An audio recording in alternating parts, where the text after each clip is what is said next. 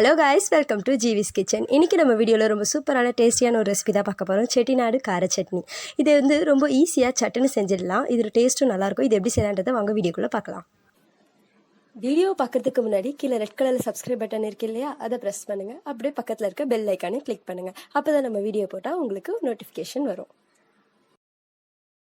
இந்த சட்னி செய்கிறதுக்கு ஃபர்ஸ்ட் வந்து ஒரு மிக்ஸி ஜாரில் 8லேருந்து 10 அளவுக்கு காஞ்சி மிளகாய் எடுத்துக்கோங்க. உங்களுக்கு காரம் கம்மியாக வேணும்னா நீங்கள் இதை குறைச்சிக்கலாம். இதை வந்து ஒரு பல்ஸ் அளவுக்கு அரைச்சிக்கோங்க. இது கூட 3 தக்காளியை நான் வந்து மீடியம் சைஸை நறுக்கி வச்சுருக்கேன், அதை ஆட் பண்ணிக்கலாம்.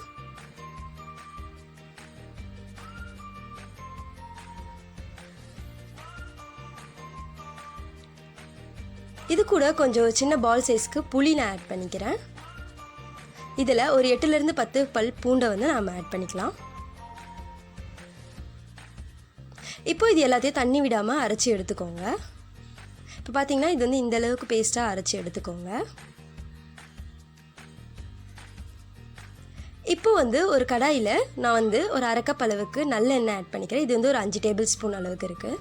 இதில் கொஞ்சமாக கடுகு உளுத்தம்பருப்பை ஆட் பண்ணிக்கலாம். கடுகு நல்லா பொரிஞ்சதும் ஒரு கொத்து கருவேப்பிலையை நம்ம இதில் ஆட் பண்ணிக்கலாம்.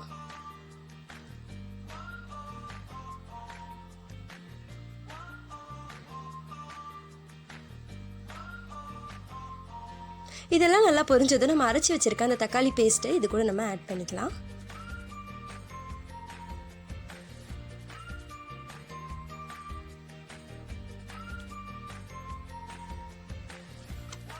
இப்போ இது எல்லாத்தையும் பச்சை வாசனை போகிற அளவுக்கு நல்லா வதக்கிக்கோங்க.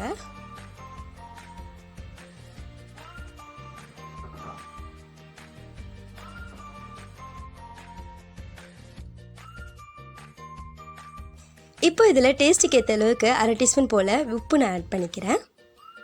அது கூட ஒரு 1/4 டீஸ்பூன் போல் பெருங்காய பொடி நான் ஆட் பண்ணிக்கிறேன். இது எல்லாத்தையும் நல்லா மிக்ஸ் பண்ணிக்கலாம். இப்போ ஒரு 5 நிமிஷம் போல் ஆயிருக்கு. இது பார்த்திங்கன்னா எண்ணெய் திரிஞ்சு வர தொடங்கிடுச்சு.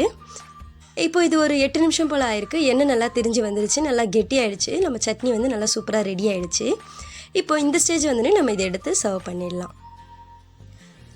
இப்போ நம்மளோட சூப்பரான டேஸ்டியான செட்டிநாடு ஸ்டைல் கார சட்னி அழகாக ரெடி ஆகிடுச்சு. நீங்களும் செஞ்சு பார்த்து எப்படி இருக்குன்னு கமெண்ட்ஸை சொல்லுங்கள். நெக்ஸ்ட் டைம் இன்னொரு சூப்பர் டிஷ்ஷோட நான் உங்களை சந்திக்கிறேன். அது வரைக்கும் பாய்.